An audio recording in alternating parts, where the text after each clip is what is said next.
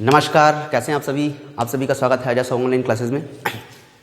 और डिस्काउंट के बाद आज जो हमारा क्लास चलेगा सिंपल इंटरेस्ट, साधारण ब्याज पे चलेगा। देखिए, साधारण ब्याज स्टार्ट करते हैं। ब्याज तो समझ में आता होगा कि जो भी एक आपका अमाउंट होता है, इस अमाउंट के थ्रू किसी रेट पर किसी टाइम के लिए जो इंटरेस्ट मिलता है वही क्या होता है, अपना सिंपल इंटरेस्ट होता है। बेसिक सा चीज़ है, नॉर्मल। जल्दी जल्दी क्वेश्चन पे चलते हैं, इतना बेसिक तो समझ में आता है अपने को। देखिए, हमने देखा है कि जो सिंपल इंटरेस्ट होता है वो क्या होता है, P into R into T divided by क्या होता है 100। ये आपका क्या होता है, सिंपल इंटरेस्ट, साधारण ब्याज। प्रिंसिपल मूलधन, रेट दर, टी टाइम 100। क्लियर है।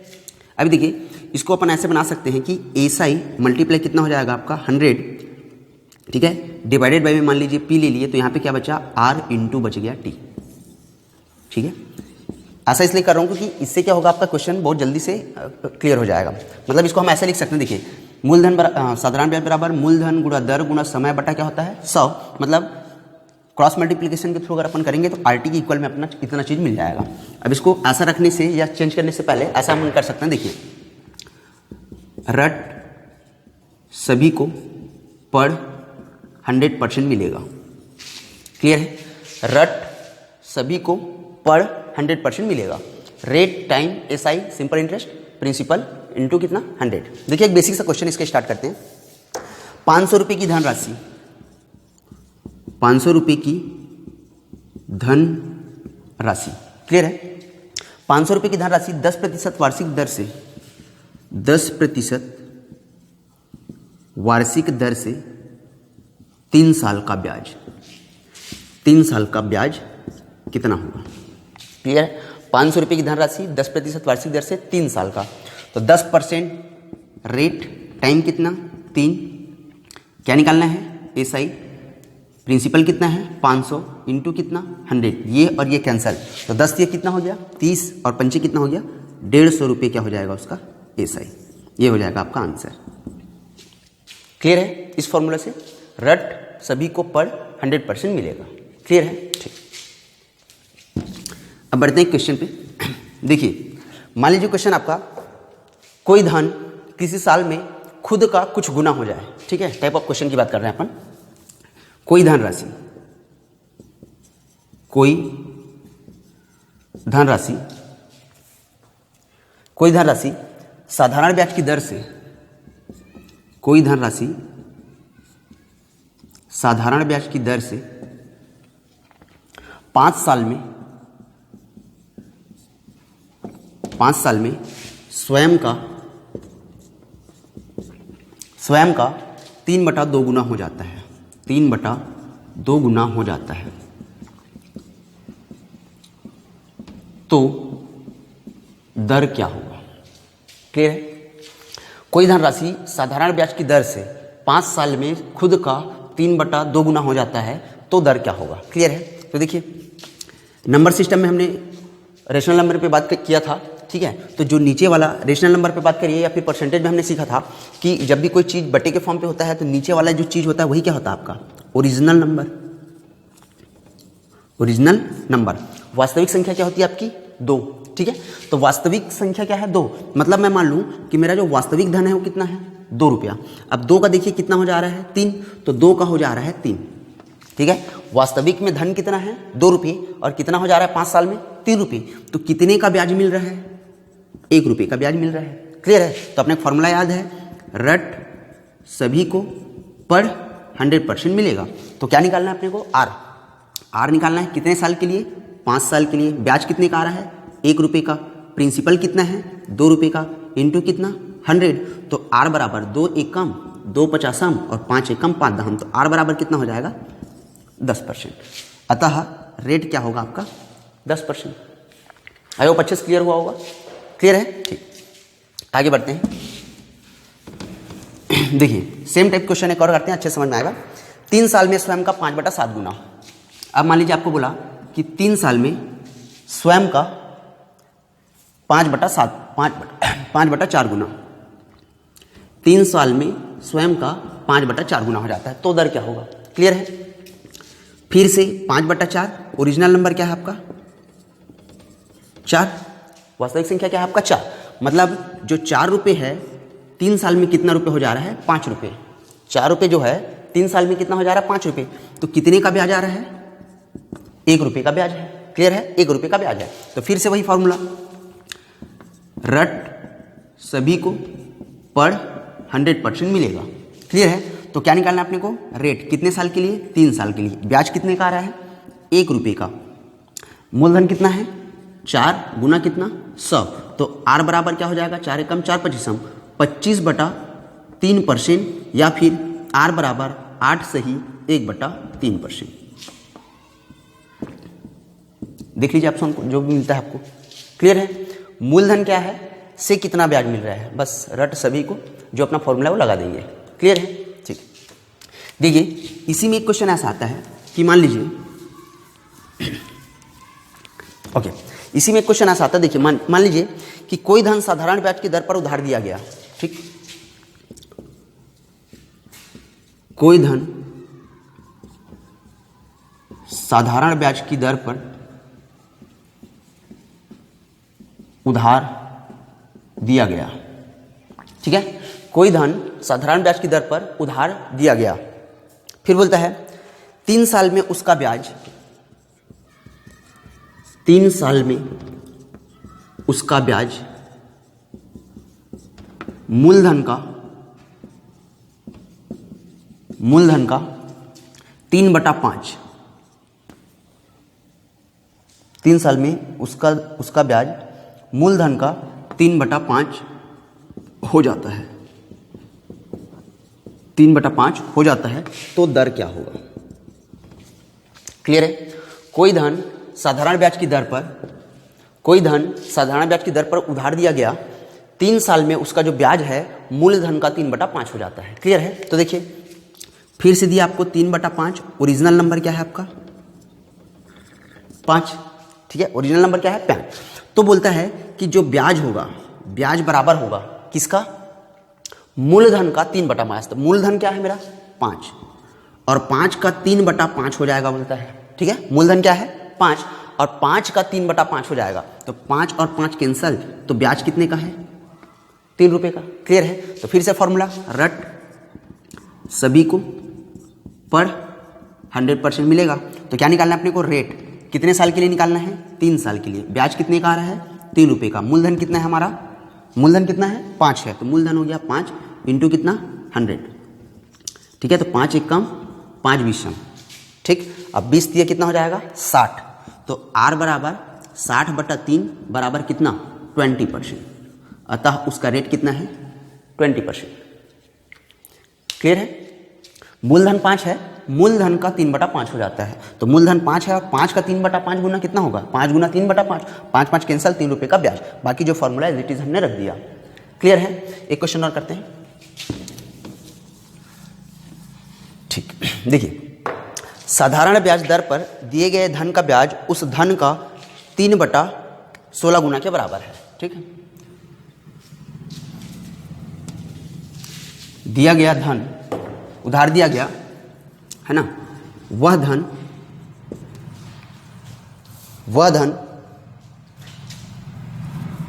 उसका ब्याज उस धन का 3/16 गुना, 3/16 गुना के बराबर है, 3/16 गुना के बराबर है। यदि समय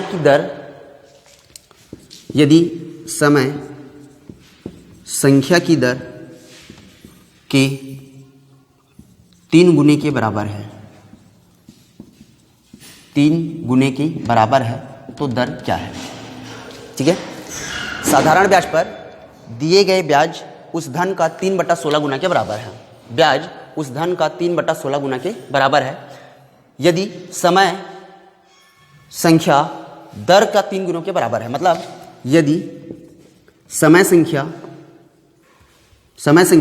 दर के 3 गुणों के बराबर है, दर के 3 गुणों के बराबर है, तो दर क्या होगा। तो देखिए कोई धन साधारण ब्याज की दर पर उधार दिया गया, उसका ब्याज उस धन का कितना है, 3/16 गुना है। तो 3/16 और 16 ही क्या है आपका ओरिजिनल नंबर। तो सबसे पहले अपन क्या देखेंगे, ब्याज। तो ब्याज की अगर अपन बात करते हैं, ब्याज, तो ब्याज क्या होगा, मूलधन का, और मूलधन कितना है आपका 16, तो 16 का 3/16 गुना है, मतलब ब्याज कितने का आ गया 3 रुपये का। तो फॉर्मूला फिर रट सभी को पर 100% मिलेगा। क्लियर है। तो रेट निकालना है। अब चूंकि समय जो है दर का 3 गुना है, मतलब समय जो है दर का 3 गुना है, मतलब कितना है 3R है। क्लियर है, कितना है 3R है। तो ये हो जाएगा 3R बराबर ब्याज कितने का 3 रुपये का, मूलधन क्या है आपका 16, तो ये हो गया मूलधन 16 गुना कितना 100। क्लियर है। ये हो जाएगा 4 चौक 4 25 3 और 3 कैंसल, R और R का गुणा करने से क्या हो जाएगा R² बराबर 25/4। तो देखिए R², तो ये किसका स्क्वायर है 5 का, और ये किसका स्क्वायर है 4 का, मतलब R बराबर 5/4 बराबर 2.5% का उसका रेट है। यही क्या हो जाएगा आपका आंसर। क्लियर है। यहाँ पे क्वेश्चन यहाँ पे घुमाया है कि यदि समय संख्या दर का 3 गुना है, मतलब टाइम जो है तिगुना किसका है R का, रख दिए फॉर्मूला पे, आपका आंसर आ गया कितना परसेंट 2.5%। क्लियर है। ओके, एक क्वेश्चन और करते हैं इसी। मान लीजिए क्वेश्चन आपको बोलता है कि, मान लीजिए क्वेश्चन ने आपको बोला कि कोई धन साधारण ब्याज की दर पर, क्लियर है, कोई धन साधारण ब्याज की दर पर उधार दिया गया, ठीक, और उसका ब्याज उस धन का 4/25 गुना है, उस धन का 4/25 गुना के बराबर है। ठीक है। यदि समय संख्या दर के बराबर हो, ठीक है, यदि समय संख्या क्या होगा दर के बराबर है, तो दर क्या है। क्लियर है। सेम चीज है, कोई धन साधारण ब्याज की दर पर उधार दिया गया, उसका ब्याज उस धन का 4/25 गुना के बराबर है। क्लियर है। यदि समय संख्या दर के बराबर है तो उसका दर क्या है। क्लियर है। ठीक, समझते हैं इसको। देखिए फिर से 4/25, अब 25 ही क्या है आपका ओरिजिनल नंबर, वास्तविक संख्या।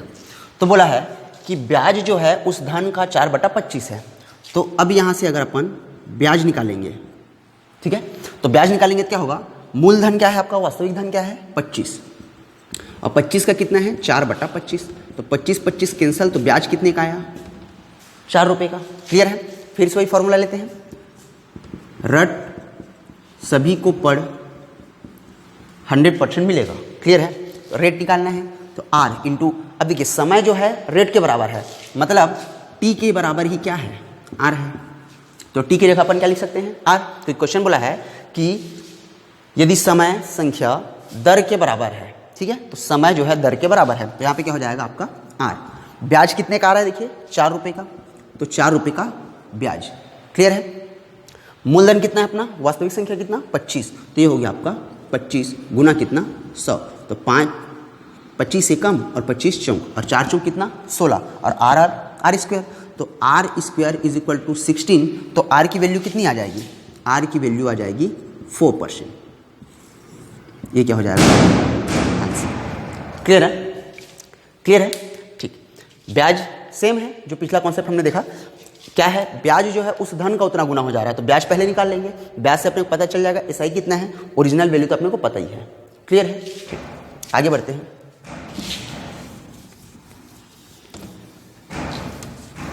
देखिए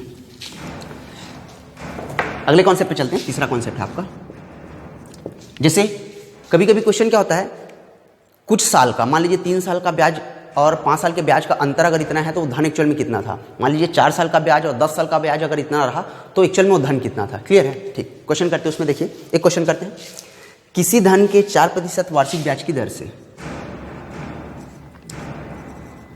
किसी धन के 4% वार्षिक ब्याज,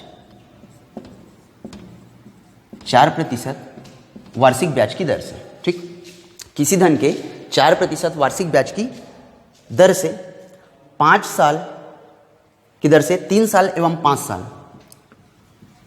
3 वर्ष व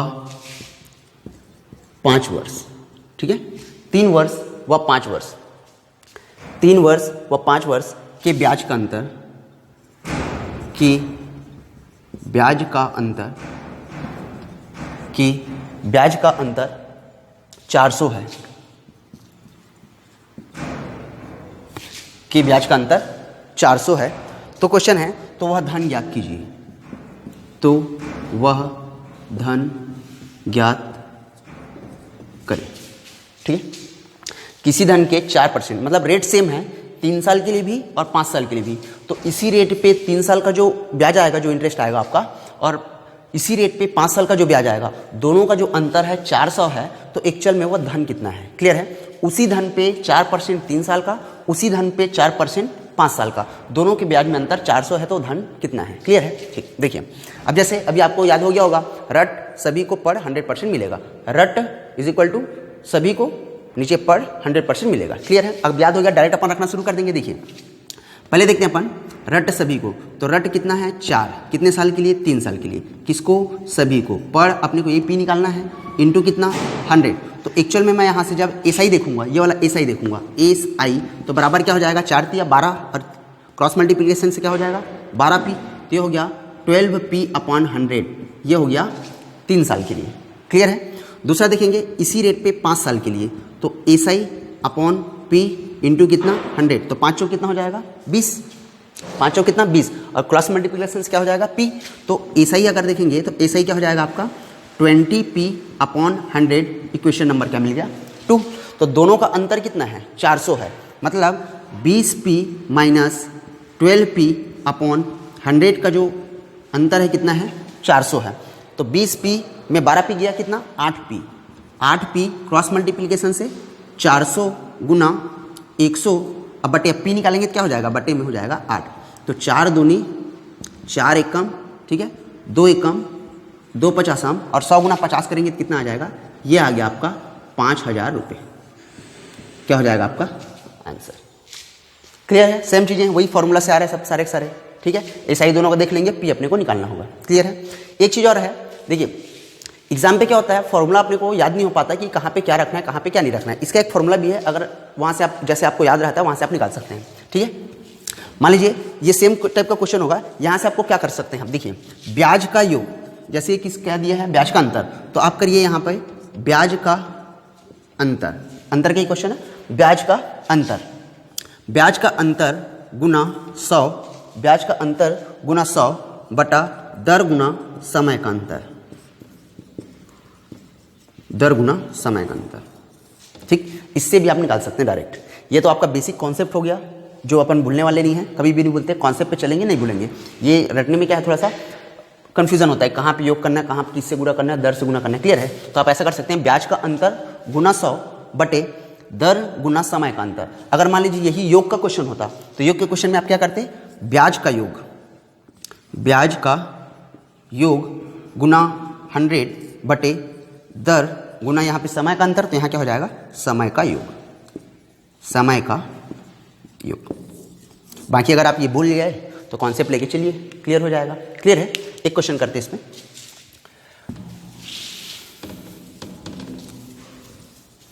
ठीक, आइए, एक व्यक्ति बराबर बराबर धन 6% वार्षिक, मतलब किसी धन को 6% वार्षिक ब्याज की दर से, 6% वार्षिक ब्याज की दर से 8 साल व 10 साल, 8 वर्ष व 10 वर्ष के ब्याज, 10 वर्ष में दोनों व्यक्ति से कुल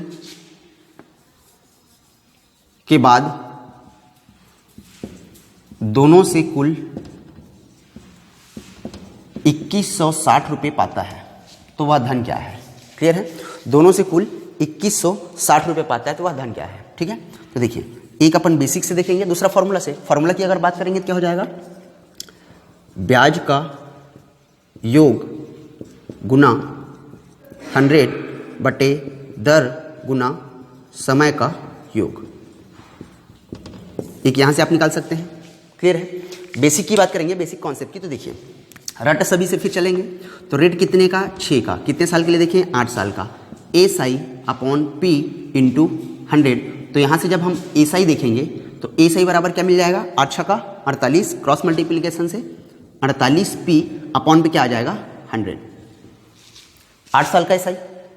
फिर इसी रेट पे 10 साल के लिए देखेंगे तो SI/P इंटू का 100, और SI हम देखेंगे तो क्या हो जाएगा? 10 छक्का 60p, तो 60p/ कितना हो जाएगा? 100।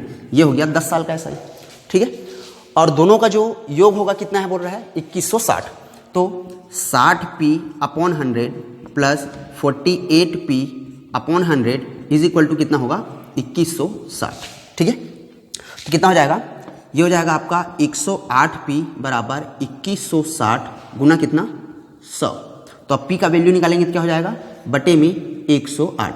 तो देखिए 3 से कटेगा, 3 तिया 3 छक्का 3 सत्ते 3 दूना 3 शून्य, 36 से कम 36 दूने और शून्यम, तो 100 गुना 20 करेंगे तो b बराबर क्या हो जाएगा 2000 रुपये।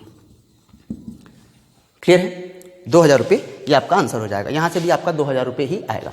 सिंपल इंटरेस्ट छोटा सा है, 2-3 कॉन्सेप्ट इसके और बच गए हैं। आज हमने 3 से 4 कॉन्सेप्ट इसका कवर किया है।